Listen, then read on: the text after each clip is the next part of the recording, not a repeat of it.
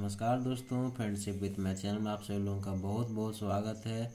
आज हम लोग एक्सरसाइज 5D का क्वेश्चन नंबर 8 से करने जा रहे हैं। तो इसमें हम लोगों को क्वेश्चन ये दिया गया, इसमें हम लोगों को मॉडुलस, आर्गुमेंट और पोलर फॉर्म में कन्वर्ट करना है।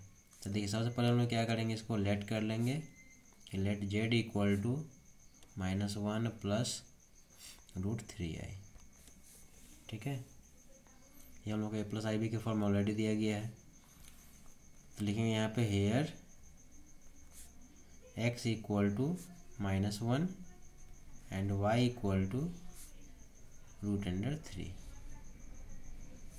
ठीक है, अब देखिए, तो मॉड z इक्वल टू हम लोग जानते हैं √x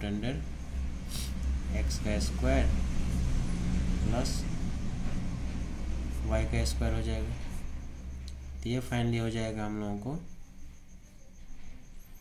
x के जगह पे हो गया -1 का स्क्वायर प्लस √3 का स्क्वायर। तो इससे आगे हम लोग सॉल्व करेंगे तो -1 का स्क्वायर 1 प्लस √3 का स्क्वायर 3, तो ये हो गया √4। तो देयरफॉर मॉड जेड का वैल्यू हम लोग निकल गया 2 निकल गया। ठीक है, इसके बाद हम लोग क्या करना है, आर्गूमेंट निकालना है। तो हम लिखेंगे यहाँ पे आर्गूमेंट इक्वल टू, आर्गूमेंट को हम लोग बोलते हैं थीटा बोलते हैं। तो इसके लिए हम लोग को देखना पड़ेगा कि जो हम लोग कॉम्प्लेक्स नंबर है किस क्वाड्रेंट में लाई कर रहा है। तो देखिए, कॉम्प्लेक्स नंबर हम लोगों को है x का वैल्यू कितना है -1 है और y का वैल्यू कितना है √3 है, तो माइनस प्लस है। तो लिखेंगे कि here x equal to -1 and y equal to √3 lies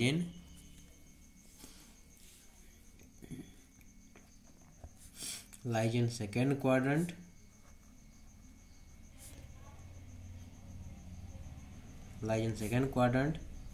therefore theta equal to हो जाएगा हम लोगों को पाई माइनस अल्फा हो जाएगा। ठीक है, तो इसके लिए हम लोग क्या करेंगे कि अल्फा का पहले हम लोग क्या करेंगे, वैल्यू निकाल लेंगे। ठीक है, तो लिखेंगे यहाँ पे we know that tan alpha equal to होता है मॉड में y/x होता है। ठीक है, तो ये हम लोग को हो जाएगा tan alpha equal to mod y का वैल्यू है कितना √3, x का वैल्यू कितना है -1। तो ये फाइनली हो जाएगा tan अल्फा इक्वल टू √3 -1 से डिवाइड करें तो ये हो जाएगा -√3।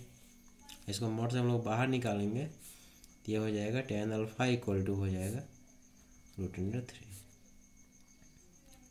अब देखिए, हम लोग देखेंगे √3 किसका वैल्यू होता है tan के केस में, तो ये हो जाएगा tan अल्फा इक्वल टू हो जाएगा हम लोगों को tan π/3 हो जाएगा। 60 डिग्री का वैल्यू होता है, ये 10 से 10 कैंसिल हो जाएगा। तो हम लोगों को हो जाएगा यहाँ पे अल्फ़ा इक्वल टू हो गया हम लोगों को π/3। तो अल्फ़ा का वैल्यू हम यहाँ से निकाल दिए, तो लिखेंगे देयरफॉर थीटा इक्वल टू हो जाएगा हम लोगों को पाई माइनस अल्फ़ा हो जाएगा। तो ये हो गया π/3। ठीक है, अल्फ़ा का यहाँ से वैल्यू रख दिए, तो ये थीटा इक्वल टू हो जाएगा हम लोगों को, इसका एलसीएम लेंगे तो हो जाएगा 3π - π, तो हो जाएगा 2π/ क्या हो गया 3 हो जाएगा। ठीक है, थीटा का वैल्यू हम लोगों को निकल गया। अब हम लोग देखेंगे, लिखेंगे therefore polar form of z equal to, इसका फॉर्मूला होता है r cos theta plus i sin theta. r का मतलब होता है मॉडुलस, तो मॉडुलस हम लोगों को निकला था यहाँ पे 2 cos 2π/3 प्लस i sin 2π/3। ठीक है, ये इसका पोलर फॉर्म आ गया। उम्मीद करते हैं दोस्तों ये क्वेश्चन आप लोगों को समझ में आ गया होगा। कहीं डाउट हो तो कमेंट के जरिए पूछ भी सकते हैं। और नेक्स्ट क्वेश्चन इसका देखते हैं, question number 9 number question number देख रहे हैं। 9 नंबर क्वेश्चन हम लोग को ये दिया गया है, तो हम लोग क्या करेंगे, पहले लेट कर लेंगे कि लेट जेड इक्वल टू ये 1 माइनस √3i लिख दिए। लेकिन यहाँ पे here x equal to 1 and y equal to कितना, -√3। ठीक है, हम लोग क्या करेंगे, यहाँ पे लिखेंगे mod z equal to √x का स्क्वायर प्लस y का स्क्वायर। ये हो जाएगा हम लोगों को, x हो जाएगा 1 का स्क्वायर प्लस -√3 का स्क्वायर हो जाएगा। तो मॉड जेड का वैल्यू हम लोगों को हो जाएगा 1 का स्क्वायर 1 प्लस -√3 का स्क्वायर तो 3 ही हो जाएगा। ये हो जाएगा √4, ये हो जाएगा हम लोगों को 2 हो जाएगा। ठीक है, अब हम लोग क्या करेंगे, इसका आर्गूमेंट निकालेंगे। यहाँ पे तो लिखेंगे आर्गूमेंट, जिसको हम लोग थीटा बोलते हैं, इसका वैल्यू निकालना है। तो लिखेंगे हम लोग यहाँ पे we know that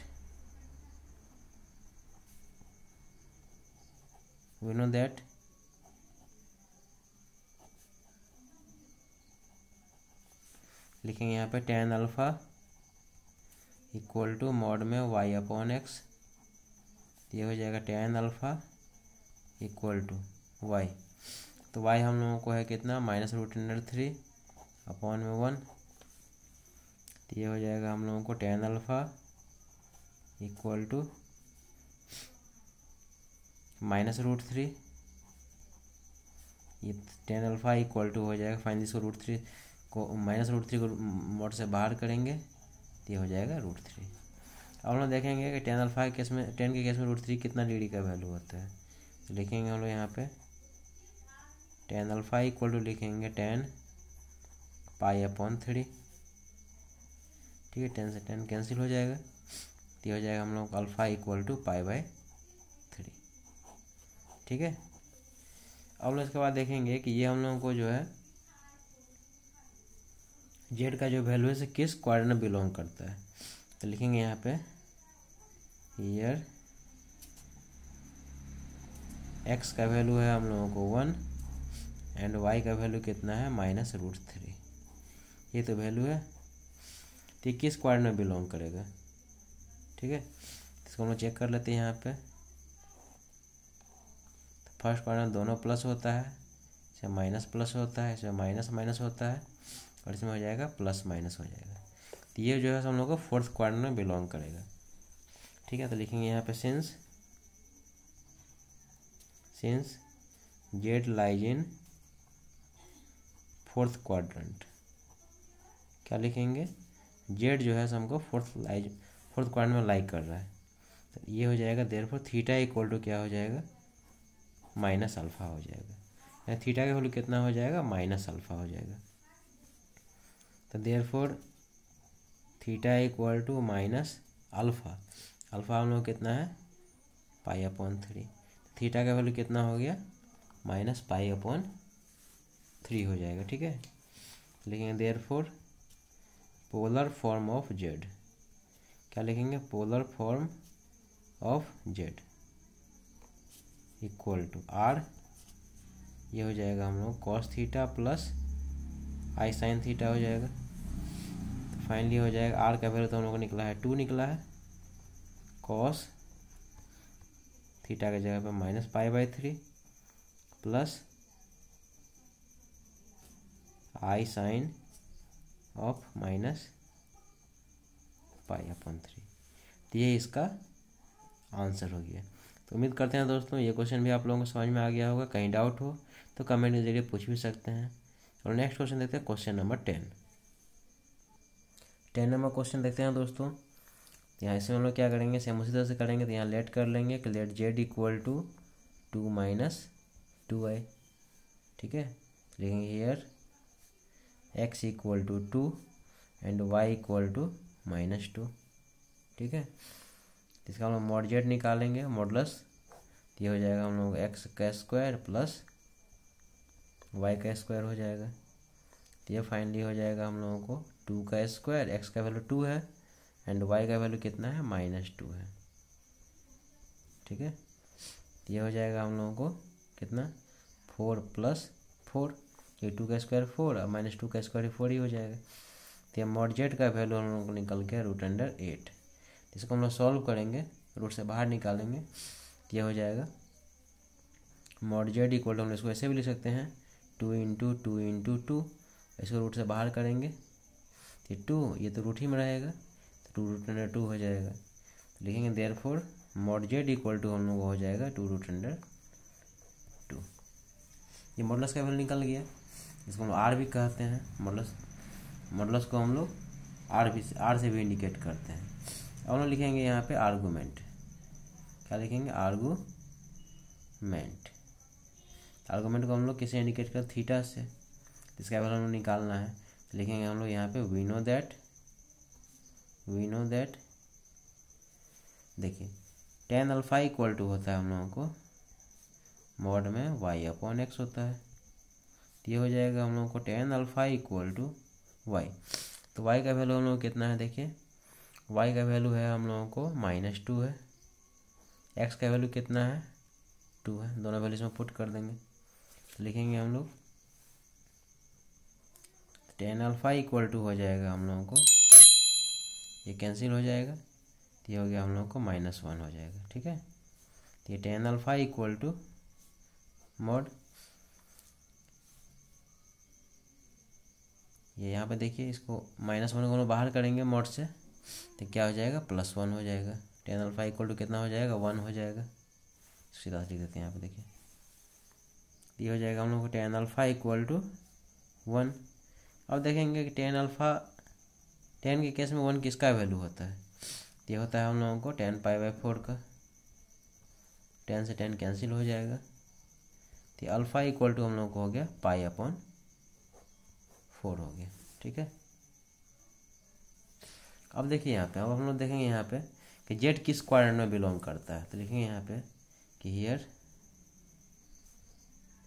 x equal to हम लोग कितना है, x का वैल्यू हम लोग कितना था देखिए, x का वैल्यू है 2 एंड y का वैल्यू कितना है -2। ये प्लस माइनस है। ठीक है, तो प्लस माइनस x का वैल्यू 2 है प्लस और ये है माइनस है, तो प्लस माइनस जो है फोर्थ क्वाड्रेंट में बिलोंग करता है। लिखेंगे हियर, लिखेंगे since z lies in fourth quadrant, क्या लिखेंगे z जो है फोर्थ क्वाड्रेंट में बिलोंग करता है, देयरफॉर थीटा इक्वल टू हो जाएगा हम लोग को -α हो जाएगा। ठीक है, तो लिखेंगे therefore polar form of z, क्या लिखेंगे polar form of z equal to r, ये हो जाएगा cos theta plus i sin theta हो जाएगा। ये हो जाएगा r का वैल्यू कितना है 2√2, वही जो मॉड जेड का वैल्यू है वही r होता है। ये हो जाएगा cos